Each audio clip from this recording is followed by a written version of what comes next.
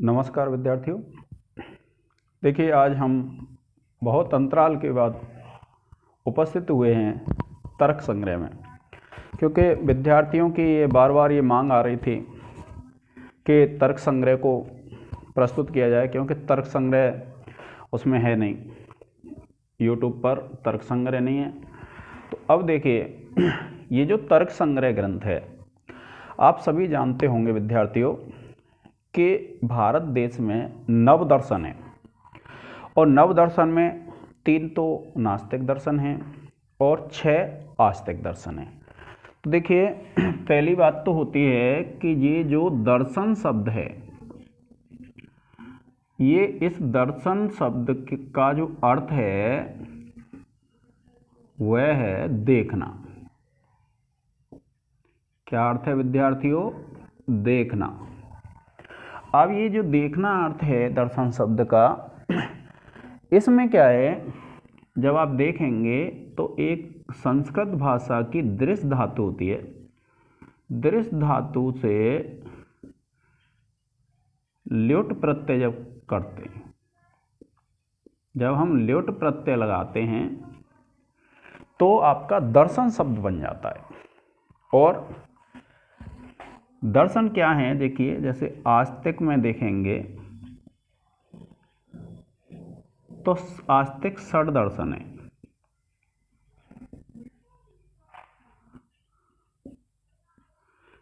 कौन से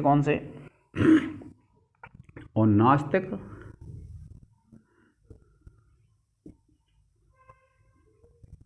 3 हैं। अब देखिए, आस्तिक में मैं बात करता हूं।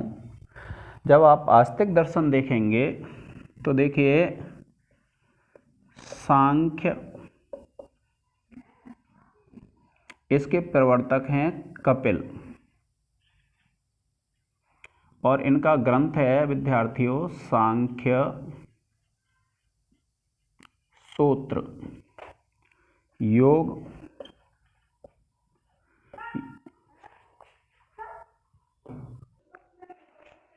अब देखिए, दूसरा जो दर्शन है विद्यार्थियों, दूसरा दर्शन है योग, और इसके जो प्रवर्तक हैं वे हैं पतंजलि, और पतंजलि का जो ग्रंथ है वह है योग सूत्र।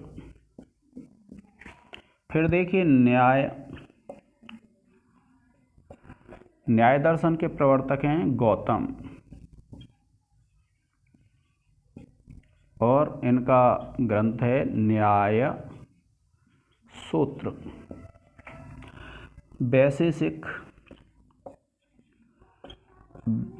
वैशेषिक दर्शन है, इसके प्रवर्तक हैं कणाद, इनका भी ग्रंथ याद नहीं है विद्यार्थियों, मैं बता दूंगा आपको।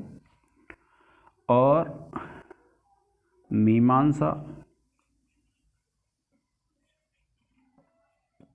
मीमांसा के जैमिनी हैं, मीमांसा सूत्र।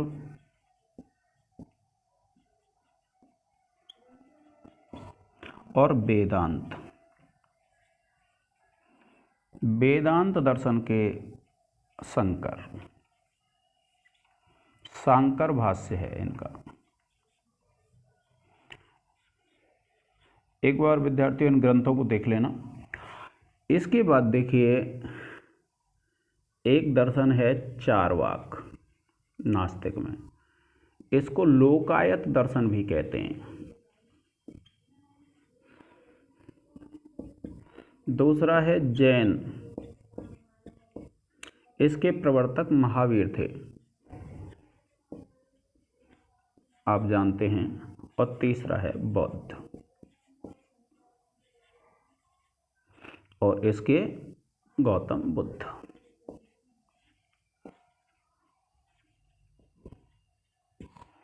ये हैं विद्यार्थी जो प्रवर्तक हैं। अब ये जो कणाद हैं, इस ये वैशेषिक दर्शन पर विद्यार्थियों, ये आपका ग्रंथ है हमारा कौन सा? तर्क संग्रह। तो आपको ये ध्यान रखना है, कौन से दर्शन पर है ये तर्क संग्रह? वैशेषिक दर्शन पर। ये दर्शन का ग्रंथ है और लक्षण ग्रंथ है विद्यार्थियों। लक्षण ग्रंथ किसको कहते हैं? जिसमें किसी चीज का लक्षण दिया जाता है।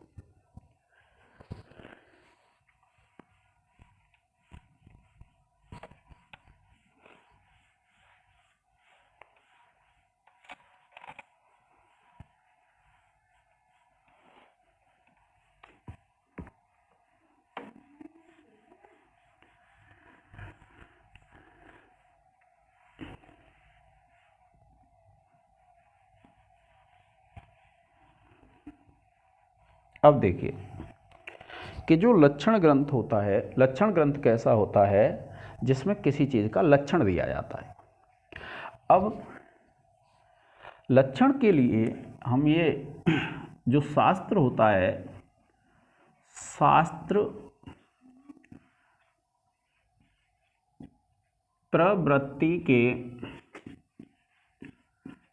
3 हेतु होते हैं। कितने हेतु होते हैं? 3 हेतु होते हैं। एक तो होता है उद्देश्य, एक होता है लक्षण, और एक होता है विद्यार्थियों परीक्षा।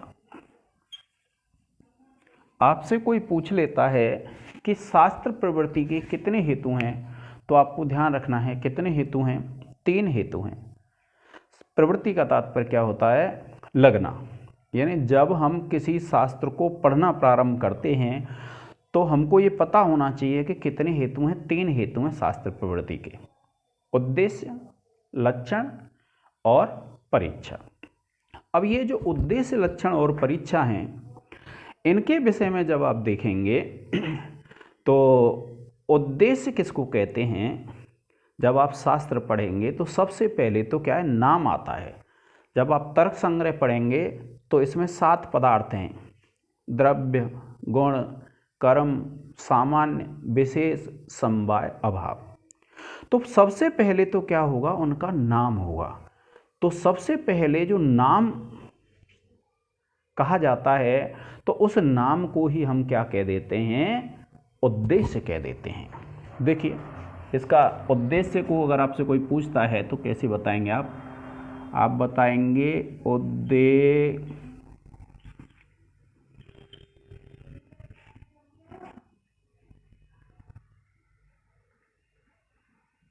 उद्देश्यस्तु नाम मात्रेण वस्तु संकीर्तनम।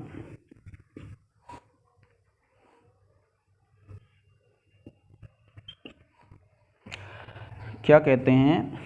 उद्देश्य क्या होता है कि नाम मात्रेण वस्तु संकीर्तनम। संकीर्तन का मतलब होता है विद्यार्थियों कहना। नाम मात्रेण वस्तु संकीर्तनम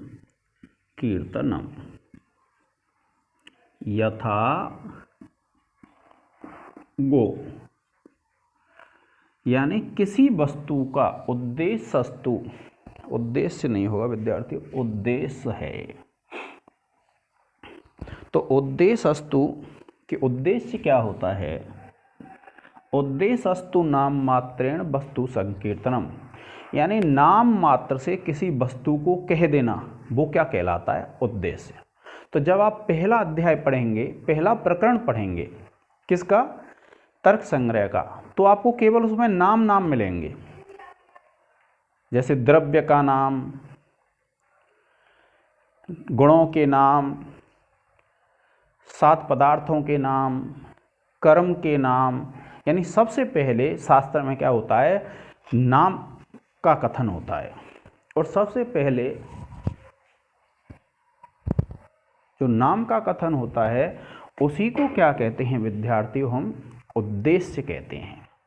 तो आपकी समझ में आ गया होगा, ये याद कर लेंगे। उद्देश्यस्तु नाम मात्रेण वस्तु संकीर्तनम यथा गो, जैसे गाय।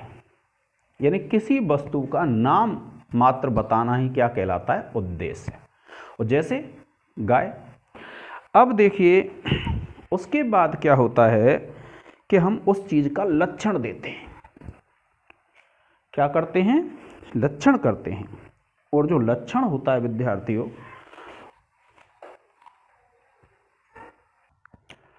अब देखिए कि किसी वस्तु को नाम से कह देना।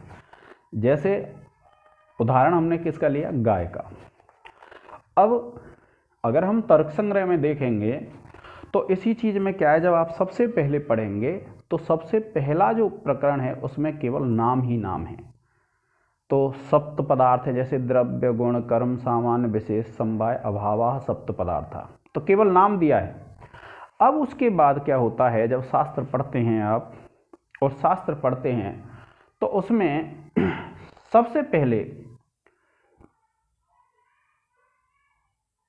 लक्षण दिया, फिर दूसरे नंबर पर लक्षण दिया जाता है। जैसे लक्षणं तो असाधारण, लक्षणं तो साधारण धर्म वचनम। ठीक है विद्यार्थियों, लक्षण क्या होता है कि किसी वस्तु के असाधारण धर्म को कह देना लक्षण कहलाता है। कि लक्षणं तो साधारण धर्म वचनम, तो इसका होगा लक्षणम तु असाधारण धर्म वचनम, यानी असाधारण धर्म को कहना, किसी वस्तु के असाधारण धर्म। असाधारण का तात्पर्य क्या होता है? जो दूसरों में नहीं पाया जाए, केवल उसी वस्तु में पाया जाए जिसका हम लक्षण कर रहे हैं, तो उसको क्या कहेंगे? हम लक्षण कहेंगे। क्या कहा है? लक्षणं तो साधारण धर्म वचनम, यानी लक्षण तो क्या होता है कि किसी वस्तु के असाधारण धर्म को कहना लक्षण कहलाता है। यानी जो अन्य में नहीं हो, ऐसा धर्म जो दूसरों में नहीं पाया जाए। असाधारण का तात्पर्य क्या है? जो दूसरों में नहीं पाया जाए उसको कहते हैं असाधारण। अब जैसे यथा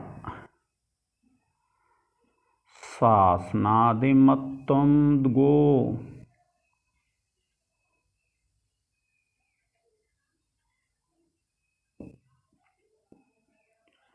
ये है विद्यार्थियों, ये किसका लक्षण है? गाय का लक्षण है। कि शासनादिमत्वम गो, कि शासना आदि से जो युक्त होती है उसको क्या कहते हैं? हम गाय कहते हैं। शासना कहते हैं विद्यार्थियों, गले में आपने देखा होगा, गाय जब देखते हैं तो गाय के गले में एक त्वचा सी लटकी रहती है, तो शासनादिमत्वम उसको कहते हैं गल कंबल, गले में कंबल। यानी शासनादिमत्वम गो, कि गाय क्या होती है कि जो शासना आदि से जो युक्त होती है वह गाय होती है। तो आप दूसरा अगर कोई जीव देखोगे तो उसमें ये गल कंबल नहीं होता है। आप गाय देखोगे तो गाय के गले में त्वचा लटकी हुई रहती है, उसको कहते हैं शासना। तो शासनादिमत्वम गो, कि जो शासना आदि से युक्त होती है उसको क्या कहते हैं? गाय कहते हैं। ऐसे ही अगर हम इस ग्रंथ में देखें आपके में, तो लक्षण दिए हुए हैं। कैसे? आप पृथ्वी का देखेंगे तो आपको मिलेगा तत्र गंधवती पृथ्वी, ये लक्षण है विद्यार्थियों पृथ्वी का। तो लक्षण ऐसा होता है जो असाधारण धर्म होता है। जैसे इसमें गंध है ना, तो गंध क्या होती है विद्यार्थियों? असाधारण धर्म होती है।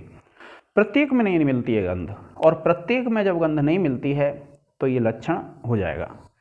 अब उसके बाद देखिए परीक्षा होती है। परीक्षा का मतलब क्या होता है? जिसको हमने लक्षण दिया है उसमें वह लक्षण घटित हो रहा है अथवा नहीं, ऐसा विचार क्या कहलाता है? परीक्षा कहलाता है। यानी जैसे हमने गाय को लक्षण दिया शासनादिमत्वम गो, तो शासना गाय में होती है या नहीं, गलकंबल गाय में होता है या नहीं, इस बात को जांचना, इस बात का ज्ञान करना क्या कहलाएगा? परीक्षा। तो देखिए लक्षितस्य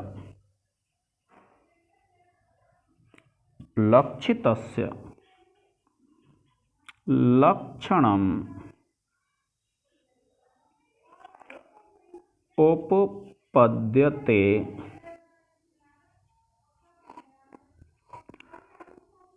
न वेति विचारः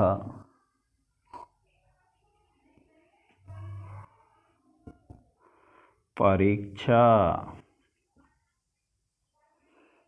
क्या कहते हैं? लक्षितस्य लक्षणम उपपद्यते न वेति विचारः परीक्षा, कि जो लक्षित है, लक्षित कौन है? लक्षित है यहाँ पर गाय, लक्षित है यहाँ पर पृथ्वी। लक्षितस्य लक्षणम यानी लक्षित में लक्षण, लक्षितस्य लक्षणम उपपद्यते यानी उसमें घटित हो रहा है, न वा अथवा नहीं, इति विचारः परीक्षा, ऐसा जो विचार होता है उसको क्या कहते हैं विद्यार्थियों? हम परीक्षा कहते हैं। जैसे तत्र गंधवती पृथ्वी,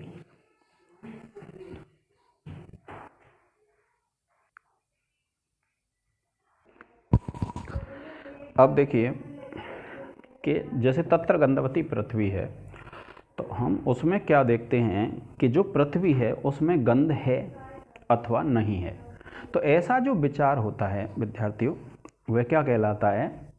परीक्षा कहलाता है। अब उसके बाद ये जो लक्षण होते हैं वो 3 दोष बताए गए हैं, उन 3 दोषों से रहित होना चाहिए लक्षण।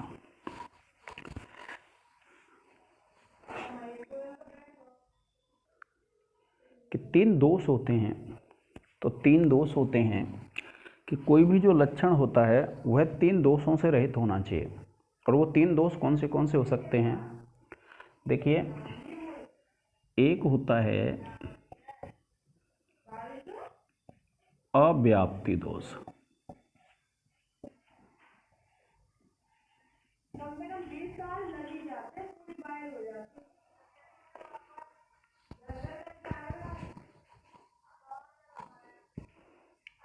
अब देखिए तो अव्याप्ति जो दोष होता है, अव्याप्ति दोष कैसा होता है कि जो लक्ष्य है, लक्ष्य का मतलब होता है जिसको हम लक्षण देते हैं। जैसे हम गाय का पढ़ रहे थे, तो जो लक्ष्य होता है उस लक्ष्य के एक भाग में रहे और अन्य में नहीं रहे, तो उसको कहते हैं हम अतिव्याप्ति दोष। और अतिव्याप्ति जो दोष होता है, जैसे हम कहें गोत्वम कपिलत्वम, ये मान लीजिए हम गाय का लक्षण दे देते हैं गोत्वम कपिलत्वम। अगर हम गोत्वम कपिलत्वम अगर गाय का लक्षण दे देते हैं, और गोत्वम कपिलत्वम जो गाय का लक्षण है उसमें अर्थ क्या होगा कि जो कपिला होती हैं वह क्या होती है? गाय होती है। गोत्वम कपिलत्वम अर्थात जो कपिला होगी वो क्या होगी? गाय होगी। लेकिन अगर इसको अगर हम लक्षण मानते हैं तो इसके अलावा जो होंगी, जैसे मान लो काली है तो काली गाय नहीं होगी, श्वेत है तो श्वेत गाय नहीं होगी, अन्य जो रंग हैं, लाल है तो लाल है तो वह लाल गाय नहीं होगी। और दूसरा दोष होता है, आपके समझ में आ गया होगा, कि जो लक्ष्य के एक भाग में रहे लेकिन दूसरे में नहीं रहे, वह क्या हो जाता है? अतिव्याप्ति दोष हो जाता है। और उसके बाद जो दूसरा दोष है वह हो जाता है अतिव्याप्ति। अतिव्याप्ति का तात्पर्य है, ये 3 दोष होते हैं। तो इन अतिव्याप्ति जो दोष होता है वह ऐसा दोष होता है अतिव्याप्ति जो लक्ष्य में भी रहे और दूसरी जगह भी रहे। जैसे हम कहते हैं श्रृंगित्वम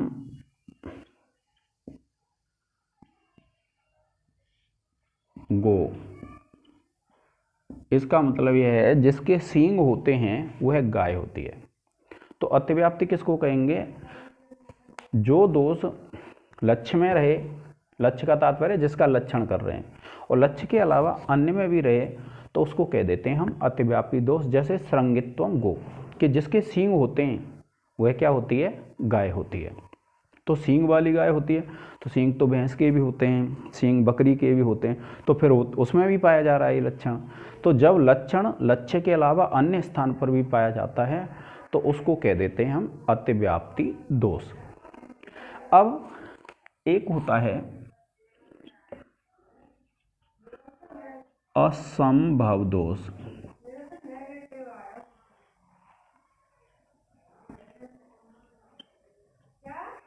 कौन सा होता है, असंभव दोष। और असंभव दोष उसको कहते हैं हम जो लक्ष्य में संभव ही नहीं हो। जैसे हम अगर लक्षण दे देते हैं एक सफत्वम गो, एक सफत्वम गो, ये लक्षण दे दिया हमने किसके लिए, गाय के लिए। तो एक सप कहते हैं, जो खुर होता है उसको क्या कहते हैं, सफ कहते हैं। तो एक सफत्वम गो, यानी जिसका एक खुर होता है उसको क्या कहते हैं, गाय। जबकि आपने देखा होगा गाय का अगर पैर देखते हैं तो उसका खुर बीच में से कटा हुआ होता है, यानी उसके दो भाग होते हैं, और दो भाग होते हैं तो इसलिए एक सफत्व तो गो हो ही नहीं सकता। तो ये हो गया आपका असंभव दोष। तो इसलिए विद्यार्थी जो भी लक्षण होता है वह लक्षण हमें ऐसा देना चाहिए लक्ष्य के लिए जो इन तीनों दोषों से रहित हो। तो आज के इस लेक्चर में हमने क्या है, दो चीज़ें पढ़ी। एक तो हमने पढ़ा कि शास्त्र प्रवृत्ति के जो हेतु होते हैं, कि अगर हम कोई शास्त्र पढ़ने बैठ रहे हैं, अगर हम कोई शास्त्र पढ़ रहे हैं तो उसकी प्रवृत्ति के तीन हेतु होंगे, उद्देश्य, लक्षण, परीक्षा। अब जो लक्षण देते हैं हम, तो लक्षण ऐसा होना चाहिए जो ये अव्याप्ति, अतिव्याप्ति और असंभव जो तीन दोष हैं इनसे रहित होना चाहिए। अब इसके बाद सबसे पहले हम उद्देश्य पढ़ेंगे, और उद्देश्य में क्या है, आपके सप्त पदार्थ हैं। जब आप पहले से पढ़ते हैं तो मंगलाचरण है, ग्रंथ का प्रयोजन है कि निधाय हृदय विश्वेशम विधाय गुरु वंदनम बालानाम सुखबोधाय क्रियते तर्क संग्रह। तो इसका अर्थ यह है विद्यार्थियों कि निधाय हृदय विश्वेशम, यानी हृदय में विश्व का जो ईश्वर है उसको धारण करके, और विधाय गुरु वंदनम, और गुरु की वंदना करके, बालानाम सुख बोधाय, बालकों को सुखपूर्वक बोध हो सके, इसलिए क्रियते तर्क संग्रह, कि जो तर्क संग्रह है उसकी रचना कर रहा हूँ या की जा रही है। तो ये जो मंगलाचरण है अब पढ़ेंगे हम उद्देश्य में पदार्थों की संख्या आगे लेक्चर में। आज के लिए इतना ही। जय हिंद, जय भारत।